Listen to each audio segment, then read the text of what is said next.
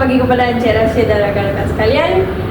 Hari ini kami akan membentangkan tentang kajian lapangan kami, iaitu cabaran penggunaan bahasa Melayu dalam komunikasi rasmi di institusi tempatan. Jadi ini adalah alih kumpulan kami.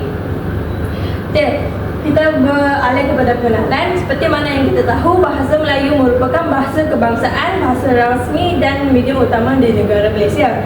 Dan status perlembagaan bahasa Melayu ini kedudukannya adalah termaktub dalam perlembagaan sebagai alat penyampaian maklumat dari interaksi rasmi.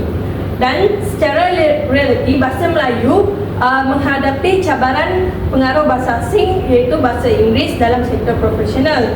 Dan isu utama yang wujud dalam kajian yang kami telah buat, iaitu wujud kecenderungan percampuran bahasa dalam bidang pengurusan dan teknologi dan perniagaan. Jadi ini adalah penyataan masalah itu bagi kepada tiga jurang pelaksanaan, di mana perbezaan antara dasar bahasa rasmi dengan amalan sebenar. Yang kedua adalah ketidakkonsistenan, iaitu pengaruh dialek, bahasa campuran dan bahasa singkatan. Yang ketiga adalah faktor penghalang, di mana pengguna kurang kesedaran, latihan yang tidak mencukupi dan faktor sikap pengguna juga. Jadi kami, ini adalah objektif kajian kami. Kita bagi kepada 4, iaitu mengenal pasti tahap penggunaan bahasa Melayu dalam komunikasi harian, menganalisis cabaran dalam menggunakan bahasa yang formal dan tepat, dan ketiga adalah menilai faktor-faktor yang mempengaruhi pemilihan bahasa dalam perusahaan rasmi dan mencadangkan langkah penambahbaikan untuk memperkukuh penggunaan bahasa Melayu. Jadi kepentingan kajian kami adalah lebih kepada institusi, iaitu pengurusan merangka strategi pematuhan dasar bahasa. Kepentingan yang kedua adalah kepada masyarakat, iaitu memberi mereka kefahaman dan akses maklumat dapat ditingkatkan. Yang ketiga adalah kedaulatan bangsa, di mana identiti nasional dapat dimartabatkan dan bahasa Melayu akan kekal. Jadi saya akan bagi kepada kumpulan saya.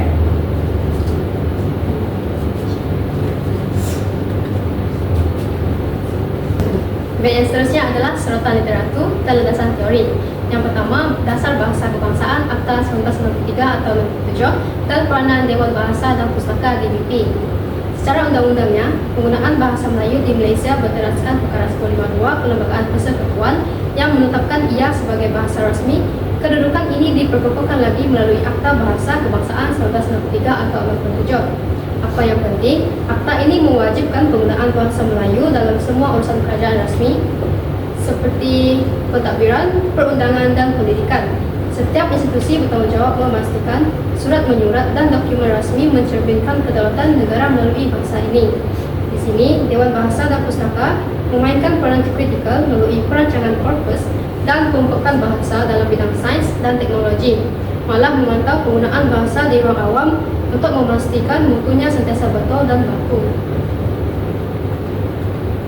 Yang kedua, kajian lepas cabaran komunikasi rasmi di Malaysia.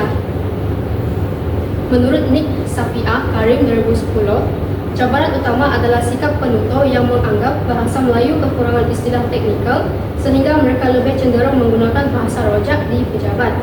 Dari sudut digital pula, Awang Sarian 2015 mendapati penggunaan bahasa singkatan dan slangan di media sosial seperti TikTok dan WhatsApp telah meresap masuk ke dalam penulisan rasmi, pekerja dan pelajar. Fenomena ini disebut sebagai pencemaran bahasa. Selain itu, Zatul Asma Zainul Hamzah 2011 menekankan isu keyakinan diri. Beliau mendapati generasi muda sukar menggunakan laras bahasa formal dalam situasi profesional kerana terlalu dipengaruhi oleh dialek harian. Yang ketiga, kerangka teori. Yang pertama, teori diglosia. Teori ini menjelaskan situasi di mana masyarakat menggunakan dua variasi bahasa mengikut konteks. Di Malaysia, wujudnya variasi tinggi, iaitu bahasa Melayu baku untuk urusan rasmi seperti mesyuarat dan pengajaran. Seterusnya, variasi rendah, bahasa harian ataupun dialek untuk interaksi santai. Isu utama yang saya temui dalam kajian lapangan ini adalah kebocoran fungsi. Ini berlaku apabila variasi rendah, iaitu bahasa santai ataupun rojak, mula mendominasi situasi formal, sama seperti yang saya perhatikan pada responden murid saya ketika membincangkan tugasan akademik. akademik. Akhir sekali, saya merujuk kepada teori perancangan bahasa oleh Ena Hogan. Beliau membahagikan proses ini kepada dua elemen penting, iaitu yang pertama pengekodan, melibatkan penyediaan kamus dan kata bahasa yang mana bahagian ini sudah lengkap diusahakan oleh DPP. Seterusnya pembukaan, iaitu usaha meningkatkan rasa bangga penonton terhadap bahasa tersebut. Dalam kajian saya, walaupun aspek pengekodan sudah mantap, aspek pembukaan masih mencabar. Responden murid saya mengakui bahawa mereka merasa bahasa formal itu terlalu kaku atau bosan. Ini membuktikan bahawa dasar yang pokok tidak semestinya menjamin amalan bahasa yang sempurna jika wujudnya jurang di peringkat akar rupi. Seterusnya saya. Oke, untuk yang seterusnya yaitu metodologi kajian. Untuk kajian lapangan ini kita cabaran penggunaan bahasa Melayu dalam komunikasi rasmi di institusi kesempatan. Itu juga yang ketiga tu mereka bentuk kajian. Pendekatan ini yaitu secara kualitatif, kaedah menggunakan kaedah lapangan. Fokus kajian ini yaitu kepada pengalaman responden, persepsi dan amalan sebenar. Dan kelebihan kajian ini dapat data lebih dalam dan kontekstual. Untuk menggunakan kajian ini menggunakan kaedah pengumpulan, yaitu secara tempoh dan secara pemerhatian. Tujuan mereka bentuk yaitu untuk mengenal pasti cabaran penggunaan bahasa Melayu, sikap terhadap bahasa dan penerapan bahasa lain, dan tahap penguasaan bahasa rasmi. Lokasi kajian. Lokasi kajian responden ini berada di SMK Balai Dingin. Ciri-ciri lokasi ini itu sekolah luar bandar, bahasa Melayu sebagai bahasa rasmi, pelajar pelbagai latar belakang. Kepentingan kajian yaitu wujud penggunaan bahasa campuran sesuai untuk kajian realiti sebenar.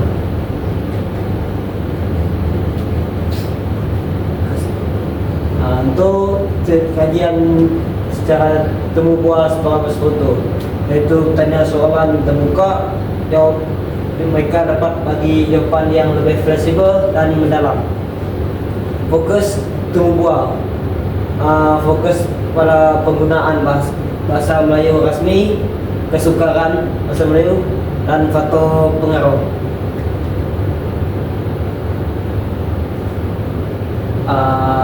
Untuk pemerhatian di situasi sebenar itu pada masyarakat, interaksi guru pelajar dan urusan pentadbiran.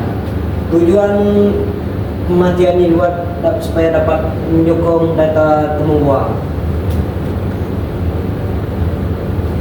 Oke, terima kasih untuk kepada kawan saya. Jadi saya akan meneruskan untuk topik seterusnya, itu dapatan kajian yang kami terima dan pembicaraan yang telah kami lakukan, yaitu kami melakukan kajian ini mengenai cabaran penggunaan bahasa Melayu dalam komunikasi rasmi, dan ia memfokuskan kepada institusi kita, yaitu institusi pendidikan kita dan kerajaan Malaysia.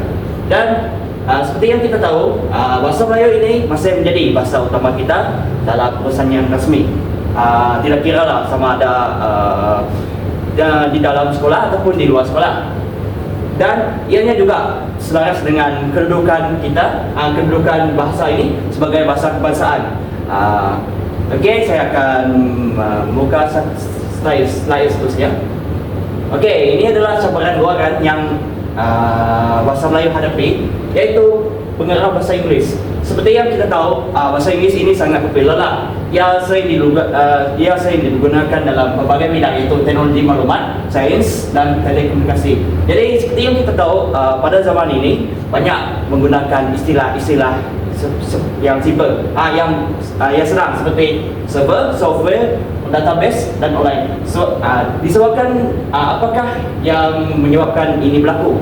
Jadi bahasa Inggeris ini sebagai lingua franca global. Jadi iaitu sebagai bahasa perantara di seluruh dunia dan global. Dan seterusnya juga ianya kebiasaan dalam aspek pendidikan kita yang sering digunakan yang ketara sangat iaitu pada peringkat universiti atau college.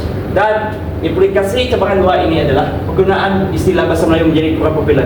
Disebabkan ramai masyarakat di Malaysia ini berpendapat bahawa bahasa Melayu ini adalah sangat membosankan dan tidak begitu hebatlah dalam pendapat mereka.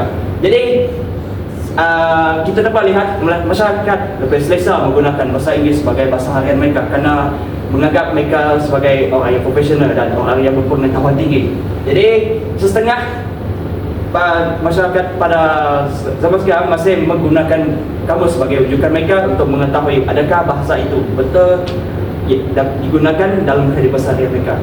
Okey. Seterusnya, ini adalah cabaran dalaman untuk kajian ini yang kami terima, iaitu sikap penutur. Jadi masyarakat pada masa kini kurang yakin dalam menggunakan bahasa Melayu kerana banyak yang menganggap mereka masih ragu-ragulah untuk berbahasa dengan lebih bagus. Dan seterusnya, dialek dan bahasa rojak ia digunakan dalam komunikasi harian. Contohnya kalau di tempat saya di Sarawak sini banyak menggunakan bahasa campuran, iaitu bahasa Iban dengan bahasa Melayu. Dan seterusnya di negeri lain seperti Kelantan banyak menggunakan bahasa mereka dan Pahang dan seterusnya. Itulah bahasa rojak dan bahasa komunikasi harian mereka. Dan seterusnya bahasa singkatan. Bahasa singkatan ini kalau kita macam malas mau menaip, jadi kita singkatkanlah. Contohnya WhatsApp ataupun chat. Okey. Dan ini adalah analisis temu buaya yang telah kami analisiskan.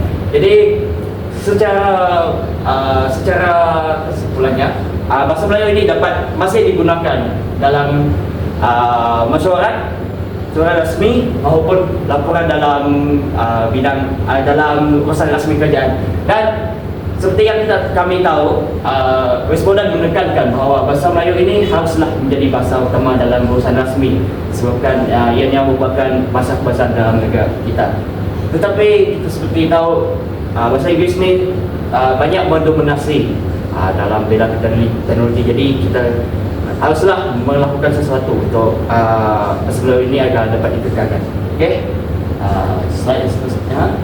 Jadi ini adalah hubung kait dengan dasar bahasa Melayu ini. Ianya selari dengan dasar kerajaan Malaysia. Bahasa Melayu ini dapat digunakan dalam bidang pentadbiran, dokumen rasmi maupun mesyuarat. Jadi itu saja daripada saya. Jadi saya akan terus memberikan slide ini kepada kawan saya. Okey. Yang seterusnya adalah 5.0 cadangan dan strategi.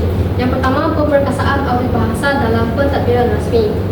Strategi utama adalah mewujudkan sistem audit bahasa secara berkala terhadap dokumen rasmi institusi.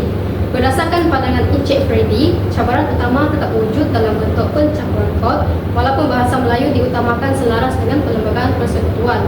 Sekolah perlu melantik seorang penyelaras bahasa untuk menyemak kualiti surat menyurat, minit mesyuarat dan laporan sebelum diterbitkan.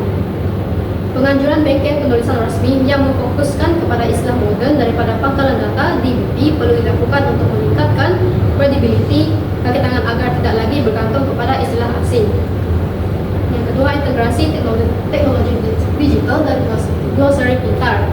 Institusi harus menggalakkan penggunaan aplikasi digital seperti Kamus Dewan Digital atau Pusat Rujukan Persuratan Melayu untuk mencari peranan istilah teknikal. Strategi ini dilaksanakan dengan menyediakan pautan pantas iaitu QR Code di papan kenyataan sekolah dan di dalam bilik darjah, sebagaimana yang dinyatakan oleh adik Benjamin tentang kesukaran mencari kosakata yang tepat.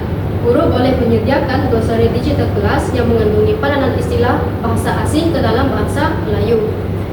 Kemudahan akses ini dapat mengatasi masalah kosakata terhad dan mengurangkan kebergantungan kepada bahasa rojak. Yang ketiga, transformasi pedagogi melalui pendekatan gamifikasi. Berdasarkan maklum balas daripada adik Benjamin Ku Anak Diam yang menyatakan bahasa Melayu sering dianggap terlalu formal dan membosankan, strategi pengajaran perlu diubah melalui pendekatan gamifikasi dan aktiviti interaktif. Pihak SMK Belleringin boleh menganjurkan aktiviti seperti permainan bahasa, lakonan atau pertandingan pidato secara santai namun berfakta. Guru digalakkan menggunakan platform media sosial secara positif, di mana murid ditugaskan menghasilkan video pendek di TikTok menggunakan bahasa Melayu yang dramatis namun kreatif. Suasana pembelajaran yang menyeronokkan akan memotivasikan murid menguasai bahasa kebangsaan tanpa merasa terbeban dengan peraturan yang kaku. Yang terakhir adalah kempen kesedaran laras bahasa dan etika digital. Strategi ini menangani kesan negatif penggunaan bahasa singkatan di media sosial yang diakui oleh adik Benjamin sebagai satu tabiat yang sukar diubah. Sekolah perlu menganjurkan kempen kesedaran laras bahasa yang menekankan perbezaan antara bahasa harian dan bahasa rasmi. Modul etika berkomunikasi digital diperkenalkan dalam kurikulum untuk mengajar murid beralih daripada gaya bahasa santai kepada gaya bahasa profesional. Sebagaimana cadangan Encik Freddy mengenai teladan kepimpinan, pihak pentadbir dan pemimpin pelajar harus dijadikan ikon dalam penggunaan bahasa yang betul.